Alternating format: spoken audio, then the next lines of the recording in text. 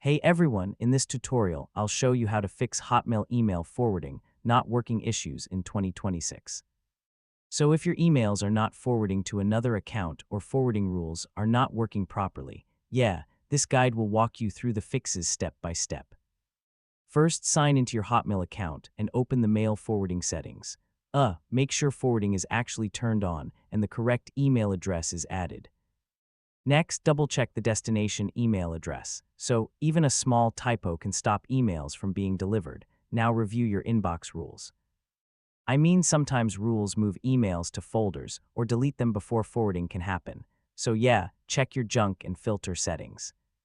If emails are being marked as spam, they may not be forwarded properly. Next, send a test email to confirm forwarding is working.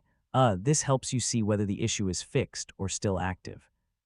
If forwarding still fails, disable VPN or try another browser. So, sometimes security tools or browser cache issues can interrupt forwarding settings. And that's how to fix Hotmail email forwarding not working issues in 2026. Once your settings, rules, and filters are corrected, your emails should forward properly again. If this guide helped you out, feel free to check out more Hotmail and Outlook troubleshooting tutorials. Hey everyone!